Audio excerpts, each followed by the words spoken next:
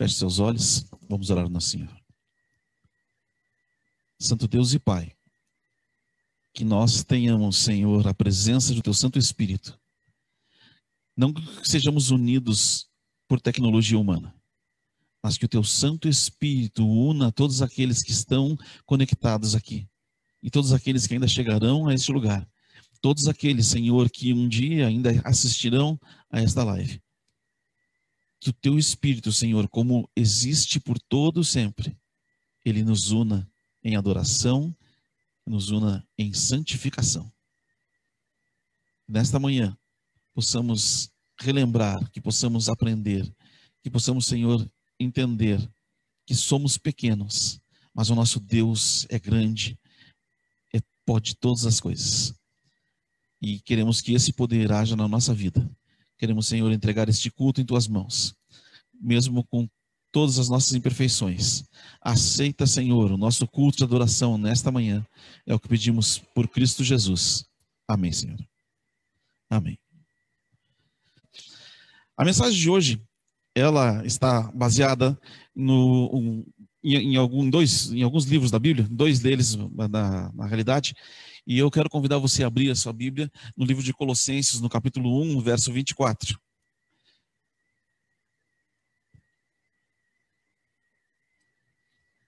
No verso 24, nós vamos ler alguns versos aqui, e nós vamos seguir adiante aqui, tá?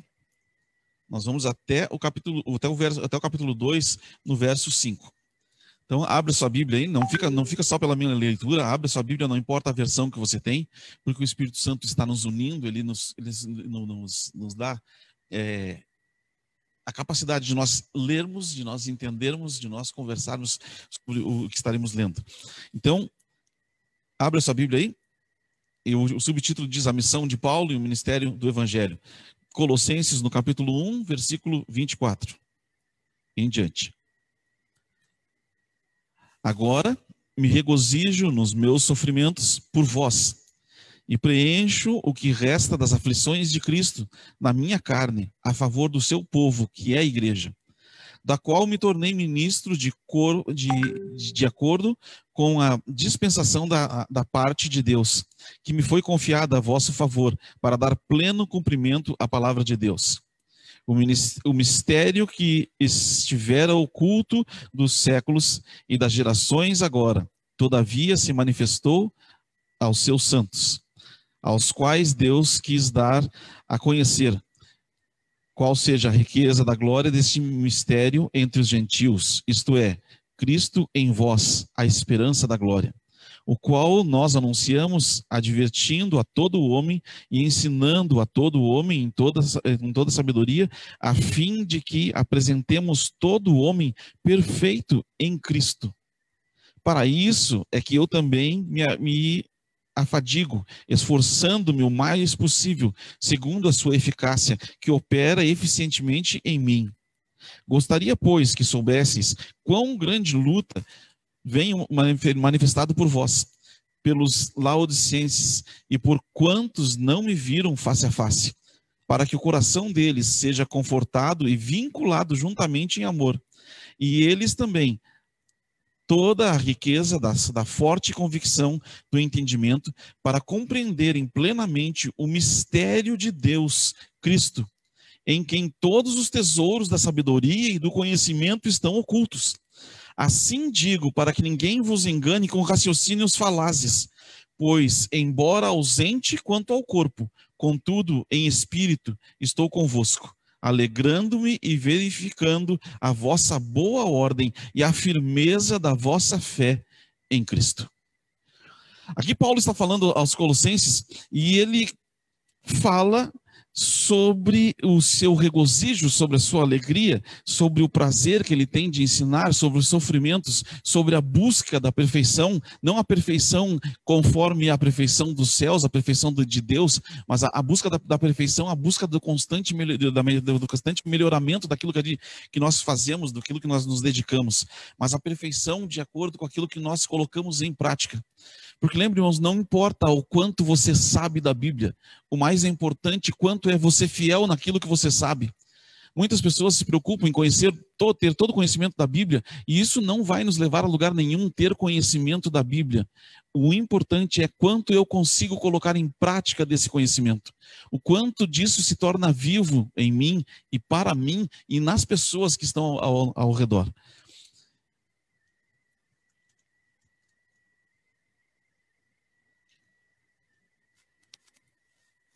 Agora me regozijo nos meus sofrimentos por vós. Você sente alegria pelas suas dificuldades? Você sente alegria pelos trabalhos que você passa? Nós temos hoje pessoas que gostam muito de estar nas festas da igreja, que gostam muito de estar em confraternização, que gostam muito de fazer as coisas quando estão fáceis, mas elas não gostam de fazer sacrifícios pela igreja. E eu não estou falando pelo prédio, não estou falando pela instituição, estou falando a igreja, pessoas, porque eu sou a igreja, você é a igreja. Nesta manhã nós temos a igreja espalhada por vários lugares e nós somos uma única igreja. E Paulo, o que ele está dizendo é que ele sente alegria pelas aflições, pelas dificuldades, por tudo que ele enfrenta, para que possa atender a igreja. Talvez se você está sentado, confortável, nesta manhã, lembre-se que existem pessoas passando o trabalho para que outros possam ouvir esse evangelho. E você e eu temos o privilégio de estar reunidos confortavelmente para falar sobre isso, para lembrar de Cristo Jesus.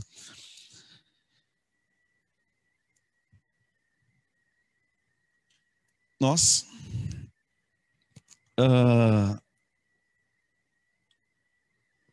já perguntou, perguntas fáceis que são para o nosso dia a dia. Por exemplo, se nós pegarmos qualquer pessoa que tenha um mínimo de cultura e a gente perguntar para ela, quanto é 2 mais 2? Aí a resposta é exatamente essa que já veio automática no teu cérebro, né? 2 mais 2 são 4. Se eu perguntar para ela, quantos corações existem no nosso corpo? Ela vai responder, lógico que uma. Se nós perguntarmos para essa pessoa se o nosso sistema, planetário, ele é heliocêntrico ou ele é geocêntrico? Se o planeta, o universo gira em torno do Sol ou se o Sol e o universo giram, o nosso sistema gira em torno da Terra? É lógico que nós todos sabemos, quer dizer, nem todos, né? Existem alguns movimentos hoje no mundo dizendo o contrário, mas nós sabemos, no conceito geral, que a Terra e os outros planetas giram em torno do Sol. Se nós perguntarmos o que move um veículo, um carro, as pessoas vão responder tranquilamente que é o combustível. Não adianta ter o motor, não adianta ter as rodas, não adianta ter todo o conjunto se não tiver combustível. Então, esse conceito é simples, é fácil e qualquer pessoa com um pouco nível cultural, ela consegue essas mesmas respostas.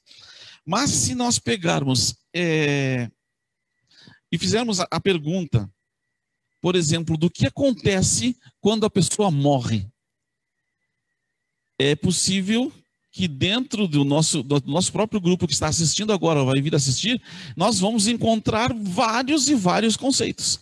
Vai haver pessoas que acreditam que vão morrer, fechar os seus olhos e vão abrir já de cara com o São Pedro na porta do céu, entregando uma harpinha e colocando uma auréola na sua cabeça.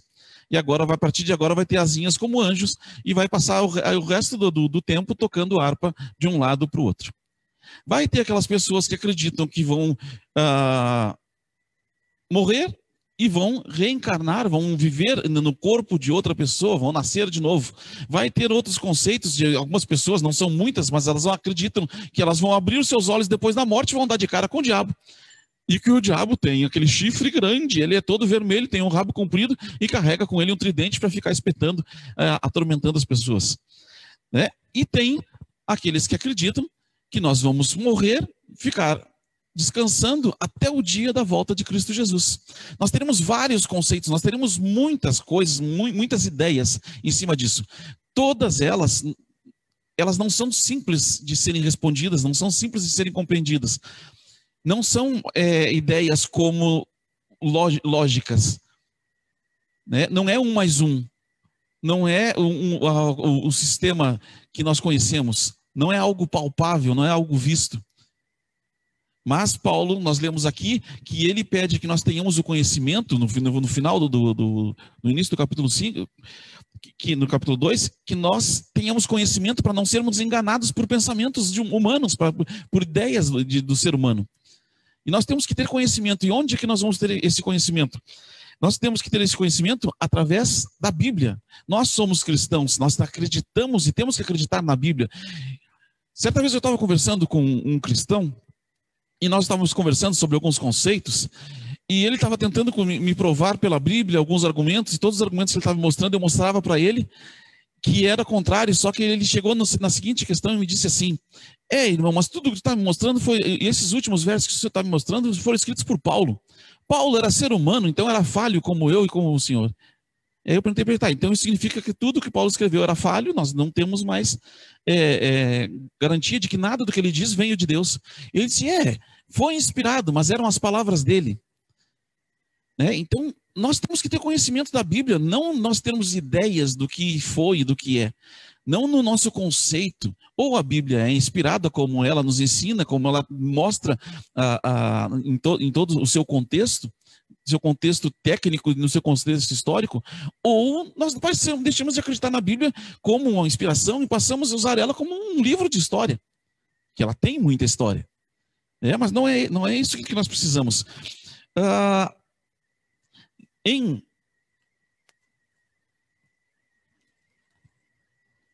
Romanos, no capítulo 9, a gente tem que entender, para nós conhecermos a Bíblia ela não é um manual de respostas.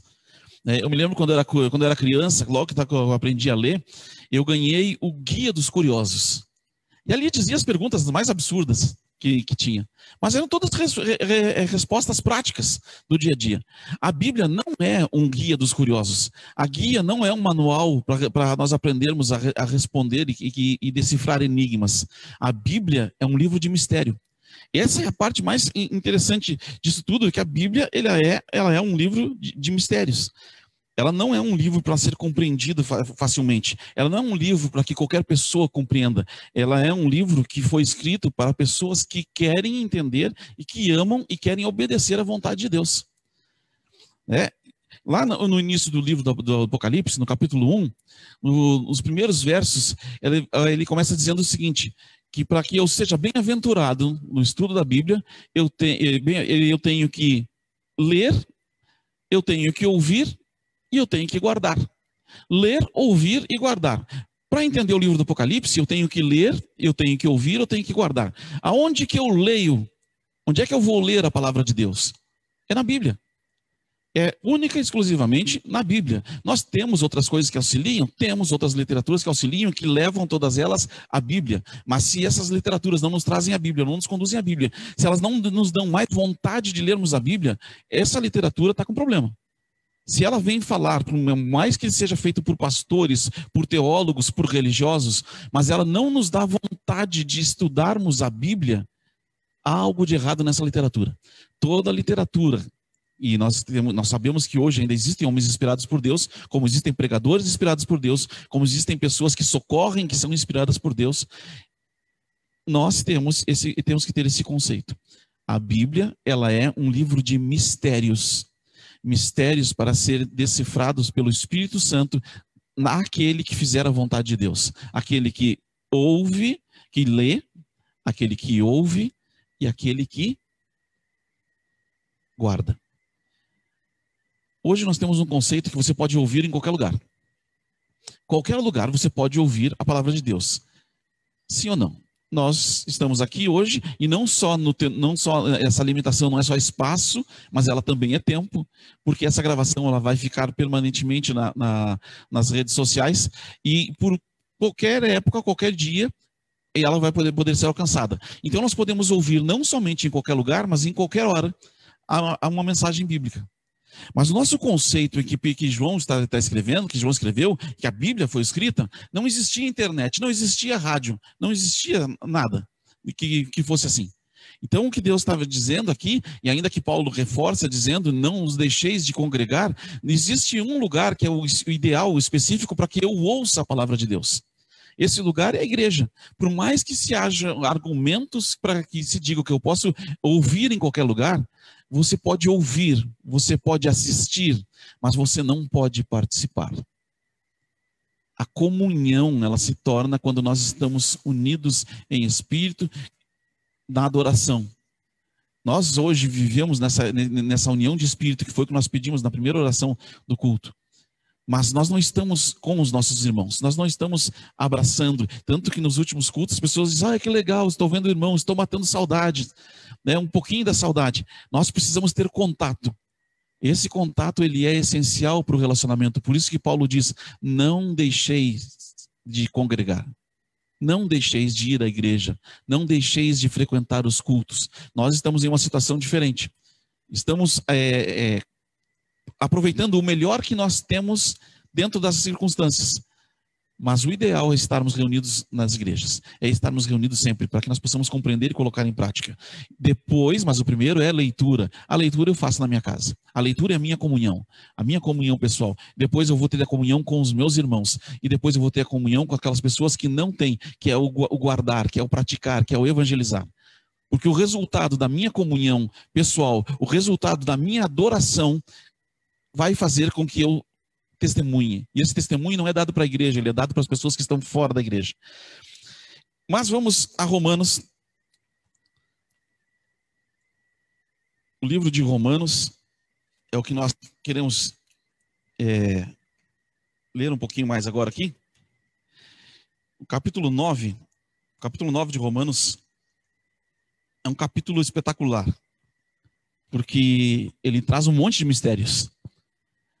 E Paulo explica um monte de coisa. Mas no final ele diz o seguinte, os mistérios são grandes de Deus. Mas vamos ver aqui, começando agora no Romanos capítulo 9, o verso 11.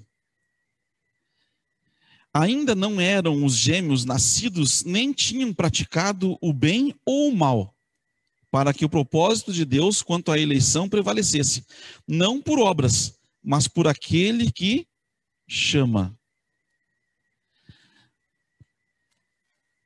Ainda nem haviam nascido, e Deus já determinou, Deus já escolheu na barriga da mãe qual dos dois, aqui se referindo aos gêmeos, Jacó e Esaú.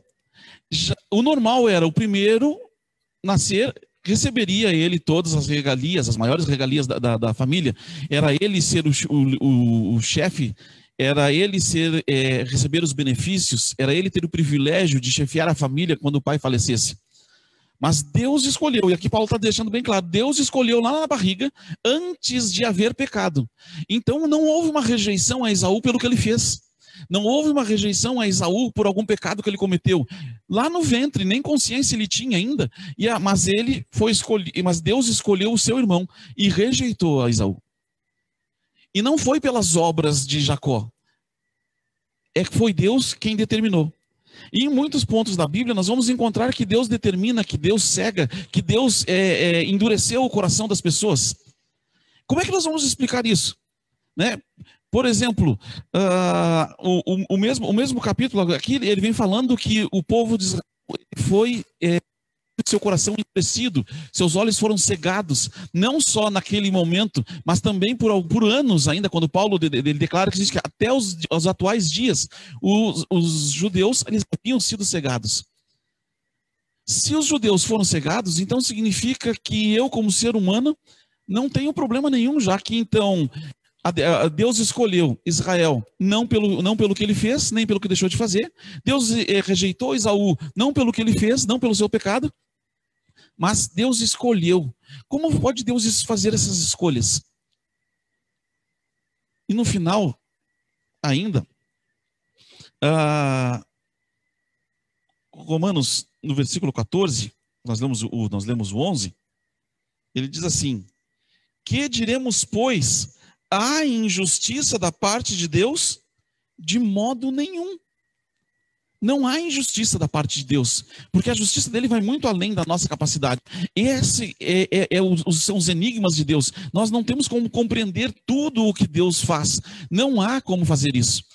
A Bíblia nos mostra e nos diz que nós vamos viver para sempre não, porque eu sempre tem a ver com a eternidade. Nós não iremos mais morrer, né? Quando nós falamos muitas vezes em eternidade, nós estamos falando na questão da imortalidade, e estaremos com Deus, com Jesus no céu, e nós não morreremos, nós não passaremos mais pelas dores, não haverá mais as lágrimas, e ainda assim, a Bíblia diz que nós teremos todo esse tempo, que não existe como numerar, é infinito, não tem como numerar. Nós estaremos a cada dia, de tempo em tempo, estudando e tentando e descobrindo algo novo no amor de Deus por nós. É algo incrível, né? E aqui, então, está dizendo, Deus, ele vai além. A nossa capacidade, ela não tem como alcançar Deus. O conhecimento de Deus vai muito além do nosso. Imagine o seguinte, a gente quer muitas explicações às vezes. Quando o povo de Israel saiu do Egito, Deus pediu que fosse feita uma nova, melhor, quando Abraão começou esse processo, mas quando o povo de Israel saiu do Egito, ele foi relembrado e foi começado a fazer para aqueles que haviam abandonado a prática, que era a circuncisão, que é a retirada do prepúcio do pênis dos homens, para que eles fossem considerados os filhos que pertenciam ao povo de Deus. E a instrução que dizia o seguinte: você vai fazer isso a partir do 8º dia. Não faz antes. No 8º dia, o pai vai pegar o filho e vai fazer essa cirurgia, que hoje é bem parecida com o que nós conhecemos como a cirurgia da fimose. Né? E Deus diz o seguinte: só faz a partir do 8º dia. E o povo de Israel não discutiu isso. Eles esperavam um período e a partir do 8º dia era feito. Moisés não fez. Moisés foi fazer isso muito, muito tempo depois. Né? Mas era algo importante para ser feito. Mas sempre depois, a partir do 8º dia. Sabe o que se descobriu nos anos 50? Se eu não me engano, agora foi em 1956. Em 1956 se descobriu no nosso sangue a vitamina K. A vitamina K, ela é responsável pela nossa cicatrização. Cada vez que a gente se corta, a vitamina K é que entra em ação e ela faz a nossa cicatrização. Por isso que os diabéticos, quando qualquer arranhãozinho, qualquer corte para os diabéticos, ela é complicada. O diabético, ele para de produzir a vitamina K. Então não existe mais vitamina K no organismo do diabético. Então qualquer corte para ele pode ser fatal. Ele pode ter que perder um membro ou acabar se tornando um problema muito mais grave. Imagine o povo de Israel, a maioria analfabeto, e aí Deus vai dizer para eles: olha, vocês vão fazer esse processo, vocês vão tirar o pedacinho, essa criança vai sangrar, mas vocês vão fazer isso só a partir do 8º dia, sabe por quê? Que a ciência descobriu que só a partir do 7º dia é que o organismo começa a desenvolver a vitamina K. Se vocês fizerem isso antes do 8º dia, o filho de vocês vai morrer de hemorragia. Ele vai sangrar até a morte. Adiantaria dizer isso para o povo de Israel? Não, não adiantaria. Eles não iam entender nada. O que é vitamina K? Até porque vitamina K, quem deu o nome foi Deus, foi o homem, não foi Deus. Que história é essa de hemorragia? Que história é essa de vitamina, que sangue, que hemoglobina, que outras coisas mais? Quem é que são os diabéticos? Nada disso havia um conhecimento. A mentalidade daquele tempo era muito mais limitada do conhecimento que nós temos hoje. Então Deus, ele vai nos dando conhecimento proporcional àquilo que nós podemos entender. E o que nós não podemos entender, o que a Bíblia chama dos mistérios de Deus, talvez a gente entenda no céu ou nunca venhamos a entender.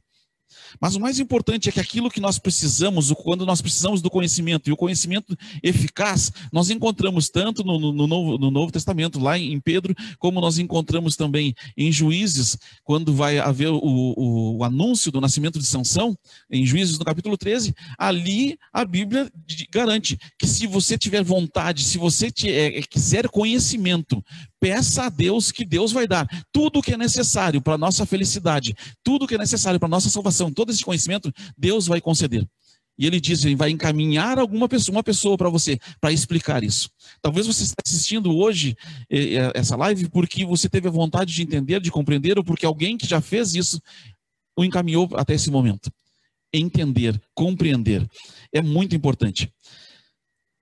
Romanos, no capítulo 11, os versículos 7 e o 8. Diz assim: isto é, estes filhos de Deus não são propriamente os da carne, mas devem ser considerados como descendentes dos filhos da promessa. Porque a palavra da promessa é esta: por este tempo virei a Sara e terá um filho. Essa foi a promessa de Deus. E o que está dizendo aqui é que não, os filhos de Deus não são somente aqueles que têm o sangue. Não é só o sangue. Não são só os judeus. Mas também aqui, nós podemos entender, somando com o que nós encontramos no decorrer do livro de Romanos, é que os judeus também são partes disso. Algumas pessoas acham que quando Deus rejeitou os judeus como povo, que os judeus foram rejeitados. Não, eles foram rejeitados como o único povo. Agora isso não é mais exclusividade de Israel. Agora isso passa a ser me fugiu a palavra, de um benefício, um privilégio para todo aquele que aceitar a Cristo Jesus. Antes não bastava eu me tornar cristão, eu tinha que me tornar um judeu. A partir do momento que houve essa rejeição, não preciso mais ser judeu, eu tenho que um judeu de sangue, eu preciso ser um israelita espiritual. Nem todos são filhos de Deus, mas a promessa é para os filhos de sangue. É o que nós vimos aqui. Isso tudo, então, a gente podia perguntar para Deus, mas Senhor, por que o Senhor deixou acontecer então? Por que deixou Jesus morrer? Por que deixou as desgraças acontecerem? Por que deixou tanta coisa acontecer? E aí Deus ele vem respondendo no livro de Romanos, que ele diz o seguinte: eu não deixei acontecer. Fui eu que fiz acontecer. Muitas pessoas pensam, o judeu matou Jesus. Não, mas aí não foi os judeus, foram os romanos que executaram. Quem é que precisava morrer? Desde o início, desde que Adão e Eva pecaram, quem é que precisava morrer? O Cordeiro de Deus que tira o pecado do mundo precisava morrer. Esse Cordeiro de Deus ele foi declarado no momento em que Jesus se aproximou de João Batista. E João Batista olhou para ele e disse: eis o Cordeiro de Deus que tira o pecado do mundo. João Batista estava dizendo: eis a pessoa que vai morrer para que nós possamos nos salvar. Ele é o Cordeiro. Ele precisa ser sacrificado. Quando Jesus está na cruz e ele olha para baixo, para as pessoas, e depois olha para Deus e diz: Senhor, perdoa porque não sabem o que fazem, ele não está falando que essas pessoas estão matando ele. Entenda, Jesus é o Cordeiro de Deus que tira o pecado do mundo. Ele precisa morrer no meu e no teu lugar. Ele não está pedindo perdão porque estão matando ele. Ele está pedindo perdão porque essas pessoas não leram as instruções de como o Cordeiro deveria ser sacrificado. Estava tudo lá. Deus deu a recomendação. Deus disse todas as instruções. As profecias diziam quando, de que forma iria acontecer. Inclusive, as instruções diziam a hora, porque a hora dizia que o sacrifício aconteceria às 9 horas da manhã ou às 3 horas da tarde. E Jesus morreu às 3 horas da tarde. O sacrifício foi feito conforme a instrução que nós encontramos desde lá de Levítico até o Apocalipse. Irmãos, as coisas acontecem porque Deus determina que elas aconteçam para a nossa salvação. Jesus não morreu porque um sinédrio decidiu isso. Jesus não morreu porque Pilatos lavou as mãos. Jesus não morreu porque penduraram ele na cruz. Jesus não morreu porque o seu coração não aguentou. Jesus morreu por causa do meu e do teu pecado. Jesus morreu para que nós hoje estivéssemos aqui. Jesus morreu para que nós tivéssemos o privilégio de ter nas nossas mãos hoje a palavra de Deus, a Bíblia Sagrada. E através dela, a palavra de Deus é que nós devemos conhecer, é que nós devemos entender. Todas as instruções, todo o conhecimento, tudo que é importante está escrito na Bíblia. Toda essa informação. A Bíblia nos diz que tudo o que é importante está concentrado em Cristo Jesus. Jesus é o centro de tudo. E quando ele disse aqui, ele falou que eu sou a verdade. Eu sou a verdade. A verdade é uma pessoa. E essa pessoa e a sua verdade se encontram declaradas na Bíblia. A Bíblia.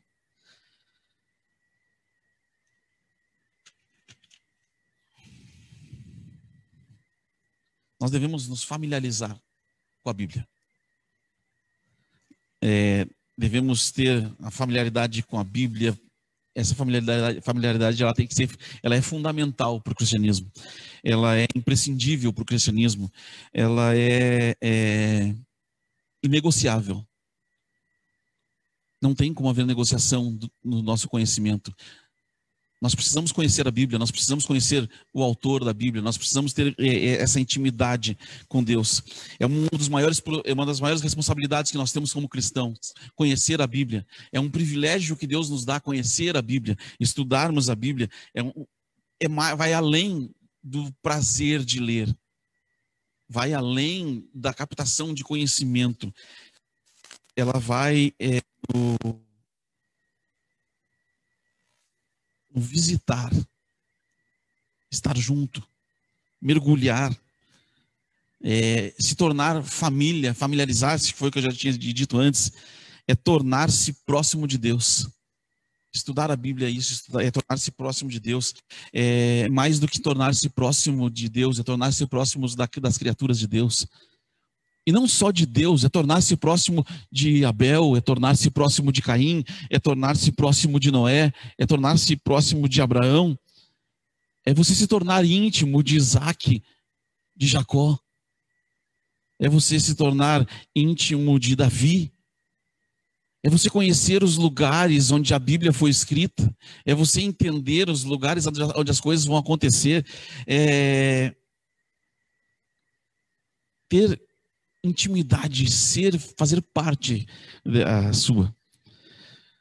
Ler é mais do que ler a Bíblia, estudar a Bíblia é mais do que você passar tempo. Não é um hobby, é vida. Vida e vida. É poder você olhar e aos poucos ir compreendendo, e bem aos poucos, porque como eu disse antes, a Bíblia é um livro de mistérios. Mas é no estudo, na busca, na leitura, é que nós vamos nos aprofundando e vamos adquirindo aos poucos esse conhecimento. Por que é importante? Por que é importante, por exemplo, ler poesia bíblica?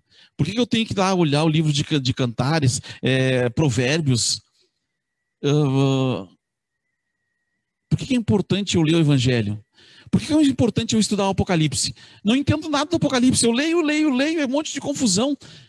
É um monte de chifre para lá, é chifre para cá, é coroa para alguns, bicho com bicho diferente, são bichos cheios de asas, bichos que não tem explicação, que nós não conhecemos. São coisas complicadas demais. Isso não entra na minha cabeça. Por que isso é importante? Por que é importante ter intimidade com Deus? Porque nós só confiamos em quem nós conhecemos, em quem nós temos intimidade.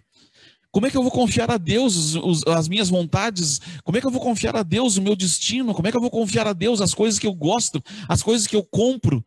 Eu tenho que decidir, que Deus tem que decidir por mim. Mas como é que eu vou deixar uma pessoa que eu não confio decidir por mim?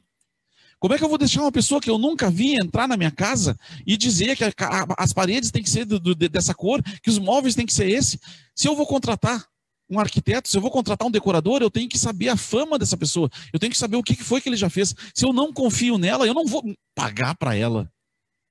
Muito menos entregar minha vida para ela. No caso de Deus, devolvi a vida a quem me pertence. Mas nós temos que ter intimidade, nós devemos conhecer, nós devemos ler, devemos estar com esse conceito.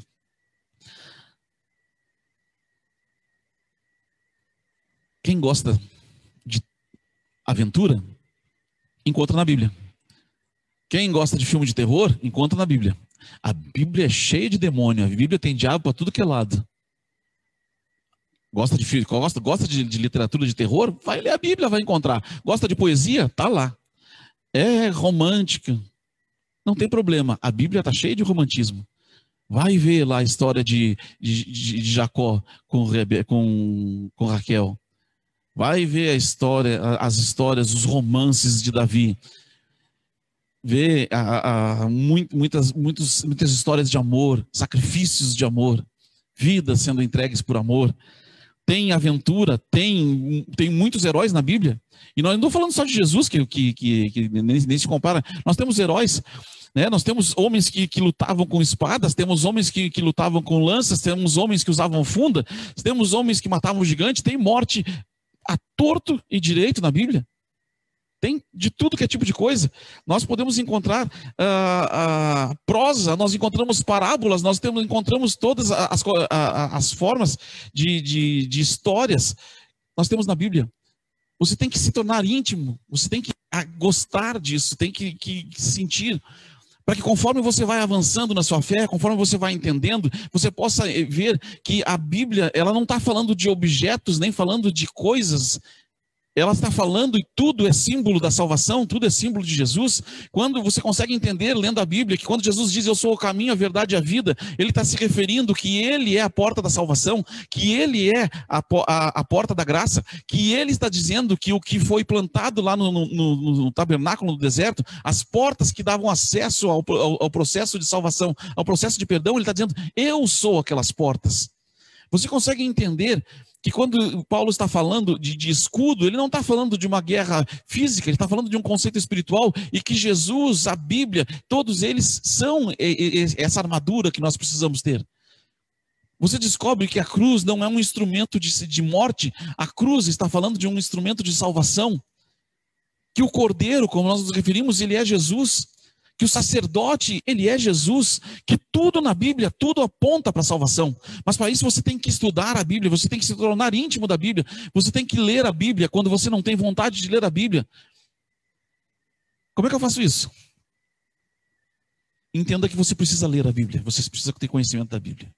Assim como você frequenta uma academia e você quer mudar o seu estilo de vida, isso acontece muito quando as pessoas tomam um choque de realidade na sua saúde, e aí precisa mudar o estilo de vida, só que agora o médico manda fazer exercício físico, e pode tentar na sua casa, e se vocês não fazem, se coloca aí deitado no chão e tenta fazer flexão, vê quantas conseguem. Alguns não conseguem fazer nenhuma, mas insiste, porque é isso que tem que fazer. Vai ter que começar numa sequência, vai fazendo 3 flexões, passa para 10 flexões, depois de 10 flexões tenta passar para 20, tenta passar para 40, tenta passar para 50, vai até chegar em 100, que consiga 200, mas tudo começa com a primeira. Você só vai entender que conseguiu fazer 50 flexões depois que você passar pela primeira. Não adianta você pegar a Bíblia e você vai ler e olhar, mas eu não entendi nada que está aqui, fecha a Bíblia e deu, fica por isso mesmo. A tua salvação, a tua vida, a vida da tua família, se você é o sacerdote do seu lar, depende disso. Entender e compreender que a Bíblia, ela não é só um livro preto. Ela não é um livro que conta histórias, ela não é um livro que tem toda uma dramaturgia, que tem todas as informações, ela não vem para nos contar histórias, ela vem para nos falar de futuro, para nos falar da esperança, para falar da salvação que existe em Cristo Jesus. Nós temos que ter o nosso conceito, a nossa ideia de estarmos vinculados à Bíblia. Não há como você ir ao céu nos nossos dias sem ler a Bíblia. Sabe alguma coisa que parece injusta? É possível estar no céu sem nunca ter visto uma Bíblia? Sim, é possível. É possível estar no céu sem nunca descobrir ter visto na sua vida, sem descobrir os 10 mandamentos? É possível. É possível estar no céu sem nunca ter ouvido falar de Cristo Jesus? É possível. Porque Deus vai julgar conforme o nosso conhecimento. Aonde não há lei, não há pecado. E esse conhecimento é conforme o conhecimento que Ele nos proporciona. Eu tenho uma notícia ruim para dar para você agora que está assistindo aí, do outro lado. Você não é mais inocente. Você não vai chegar ao céu se você não ler a Bíblia. Se você não tornar a Bíblia íntima sua.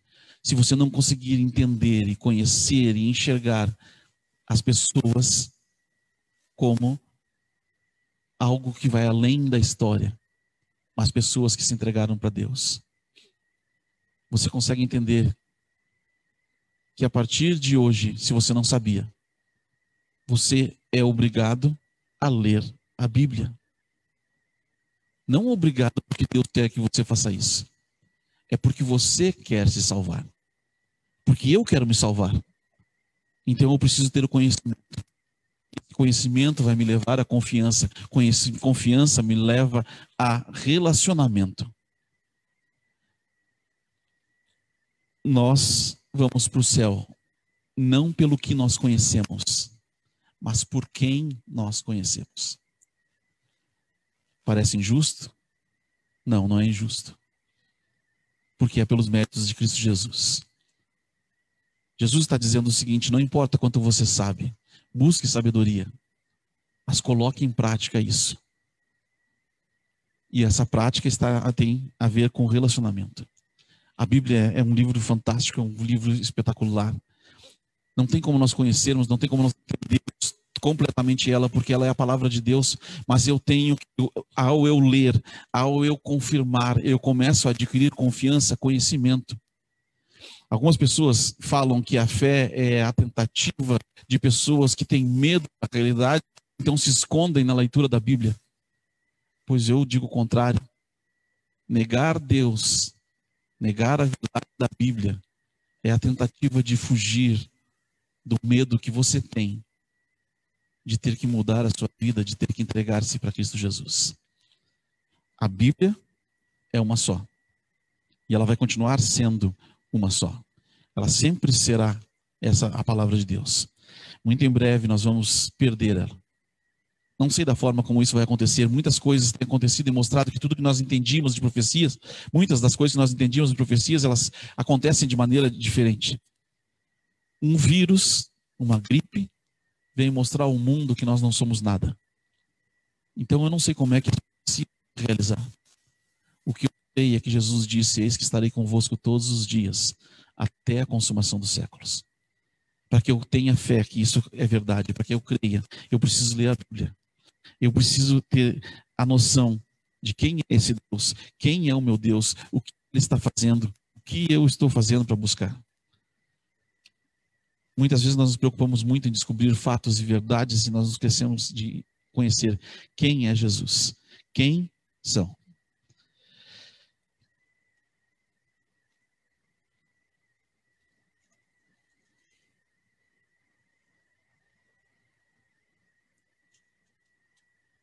Romanos,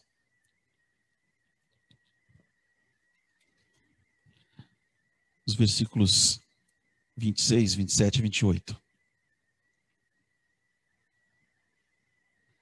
E no lugar em que se lhes disse: vós não sois meu povo, ali mesmo serão chamados filhos do Deus vivo.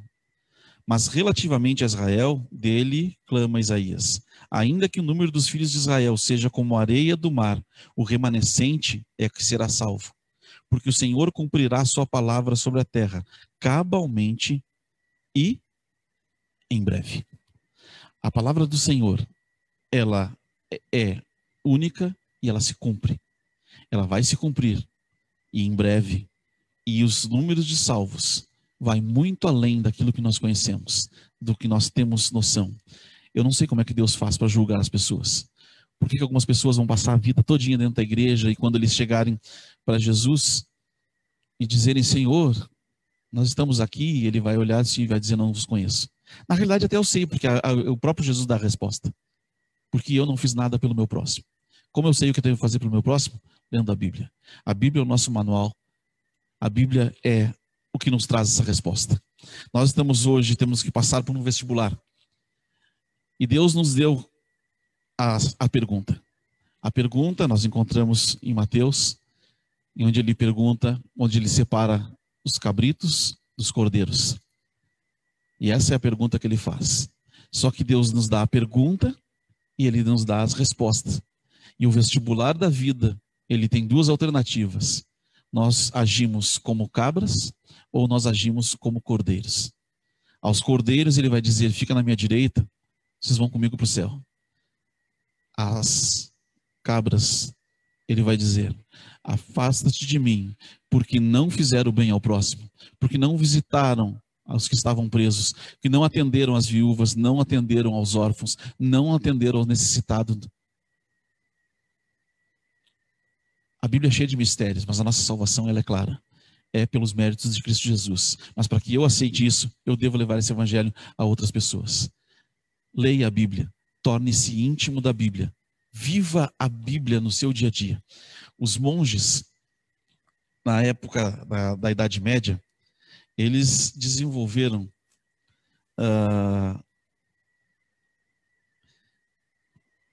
um estilo de leitura, um estilo de vida que eles chamavam, quando as pessoas perguntavam para eles, o que tu está lendo? Eles diziam, estou lendo Deus. Igual como as pessoas dizem assim, eu gosto muito de Machado de Assis, eu leio muito Machado de Assis. Os monges, eles diziam, eu estou lendo Deus. As pessoas dizem hoje, eu li Shakespeare, e os monges diziam, eu li Deus. A palavra de Deus, a Bíblia, é Deus dia a dia junto conosco. Leia Deus, viva esse Deus, torne-se íntimo de Deus, torne-se íntimo das pessoas de Deus.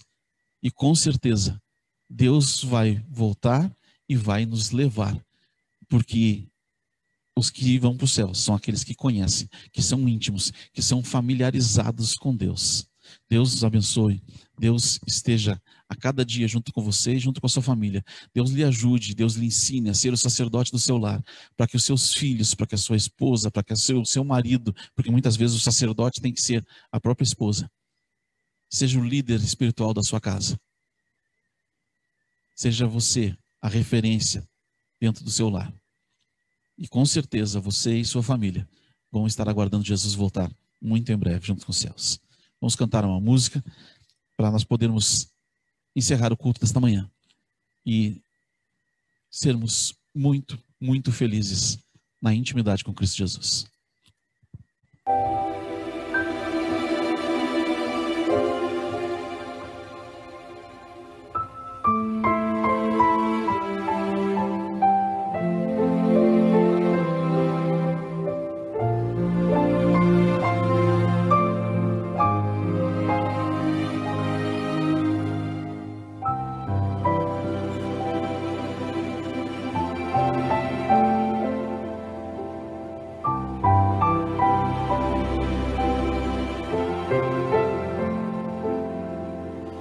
O Deus que eu conheço é poderoso, não se limita ao tempo ou lugar, conhece o final desde o princípio, não teve um início, não vai ter um fim. Maior que o universo habita um coração, igual sua justiça é o seu perdão. De um modo misterioso se fez homem, na sua graça tenho salvação.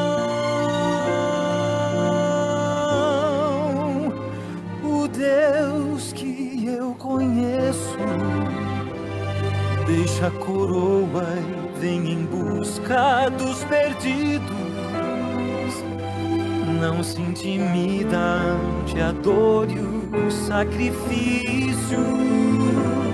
Abre seus braços para salvar a quem quiser. O Deus que eu conheço faria tudo outra vez se precisasse. Foi mais além do que alguém imaginasse, pois bem maior que a sua glória é o seu amor.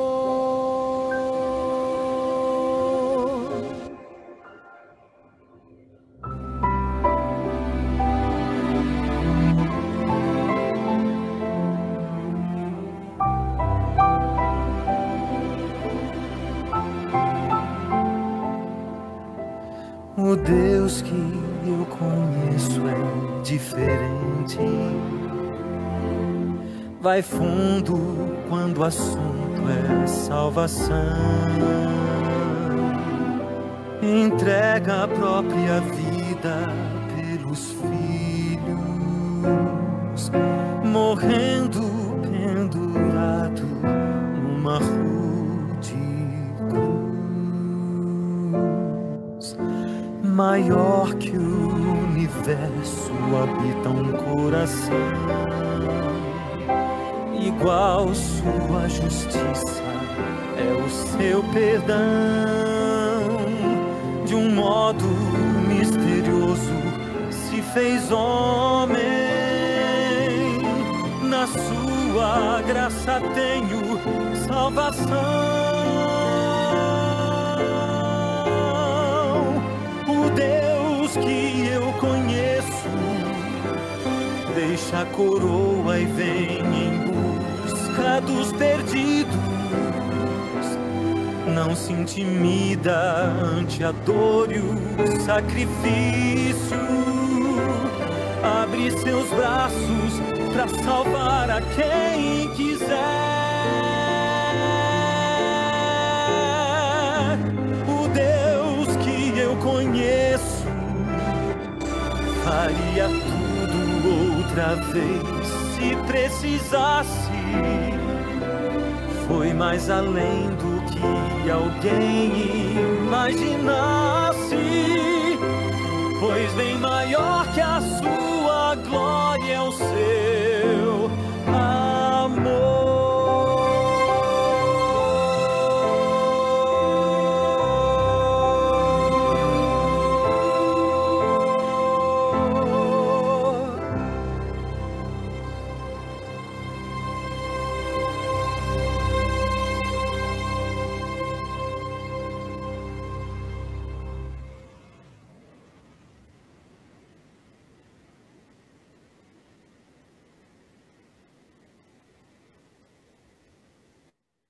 No fim das contas, tudo vai se resumir em quem você conhece e quem Jesus conhece.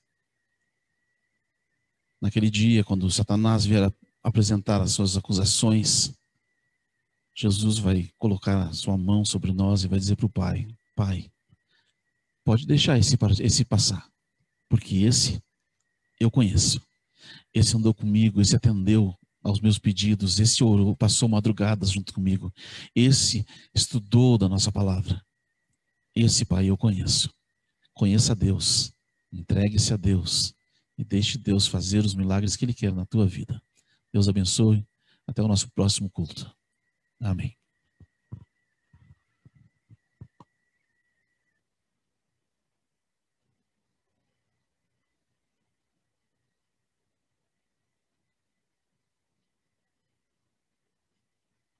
Feche seus olhos e oremos ao Senhor. Bondoso Deus e Pai, mais uma vez nos entregamos em Tuas mãos. Ensina-nos, Senhor, a forma correta de fazermos a Tua vontade, mas que nós tenhamos vontade de ler o Teu manual. Ensina-nos, Senhor, a orar, mas dá-nos vontade de orarmos mais. Ensina-nos, Senhor, a seguir e a obedecer os Teus preceitos. Dá-nos coragem de nos tornarmos bons cristãos. Dá-nos coragem, Senhor, de entregarmos aquilo que nós mais amamos nas Tuas mãos e colocar Jesus em primeiro lugar na nossa vida. Que nós possamos nos tornar íntimos, que nós possamos nos conhecer, que eu saiba exatamente do que Tu gostas, assim como Tu sabes do que eu gosto e do que eu preciso. Abençoa esta igreja, Senhor. Abençoa essas pessoas que estão aqui ouvindo, que estão participando. Que elas entendam, que elas consigam conhecer a Cristo Jesus, o nosso Salvador. Ao encerrarmos esse culto, que o Teu Santo Espírito jamais se encerre da nossa vida, que Ele permaneça em nós, é o que pedimos em nome de Cristo Jesus. Amém. Amém.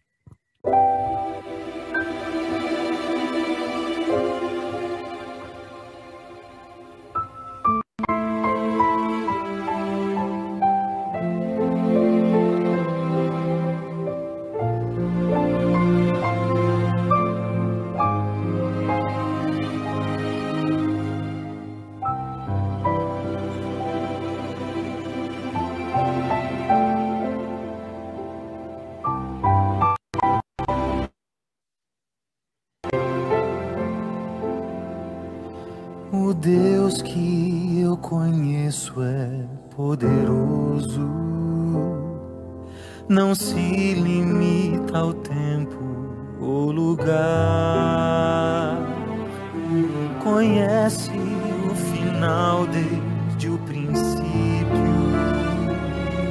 Não teve um início, não vai ter um fim.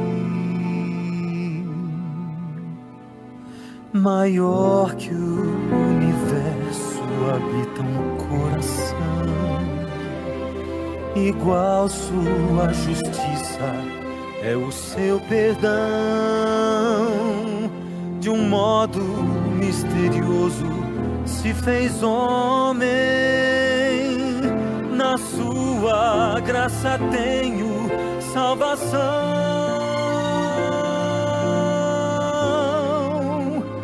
O Deus que eu conheço deixa a coroa e vem em busca dos perdidos. Não se intimida ante a dor e o sacrifício. Abre seus braços para salvar a quem quiser. O Deus que eu conheço faria tudo outra vez se precisasse. Foi mais além do que alguém imaginasse, pois bem maior que a sua glória é o seu amor.